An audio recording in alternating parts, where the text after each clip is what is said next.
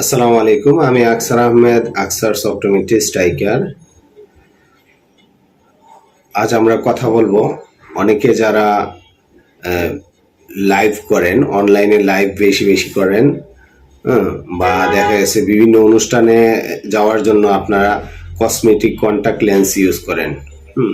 তো contact lens use করার system না জানার কারণে যে সকল সমস্যা আমরা সম্মুখীন হয় এবং আমাদের কাছে এই ধরনের পেশেন্ট আসে, তার মধ্যে এই পেশেন্টটা হচ্ছে একটা, সেটা হচ্ছে সে কসমেটিক কন্টাক্ট লেন্স ইউজ করছে, ঠিকভাবে সে ওয়াশ না করতে পারায় বা এটা পুরাতন ইউজ করার কারণে অনেক সময় আমাদের কাছে রুগীরা মিথ্যা কথা বলে যে নতুন, আসলে দেখে বোঝা যাচ্ছে যে নতুন না।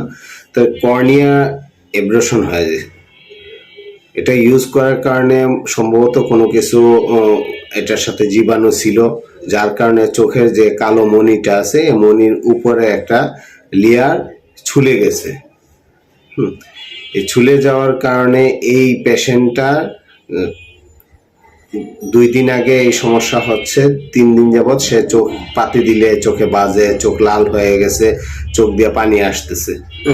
এই জন্য তার চোখ নিয়ে আসছে আমার চেম্বারে। আসার পরে আমি দেখলাম যে তার কর্নিয়া ছিলে গেছে। এখন তাকে এটা যে সিস্টেম ওয়েতে ব্যান্ডেজ করে দিতে হয়, ব্যান্ডেজ করে আমরা রেফার করে দিই। তো ইমার্জেন্সি ব্যাকআপ দেওয়া হয় আমাদের এখানে।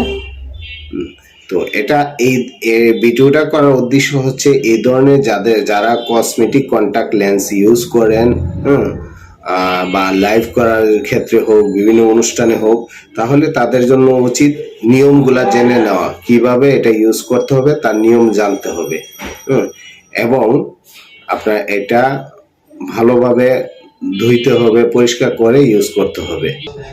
আপনার নিকটবর্তী যদি এরকম কেউ থাকে বা আপনাদের মধ্যেও যদি কেউ এরকম কসমেটিক কন্টাক্ট লেন্স ইউজ করেন, তাহলে নিয়মগুলো জানতে হবে।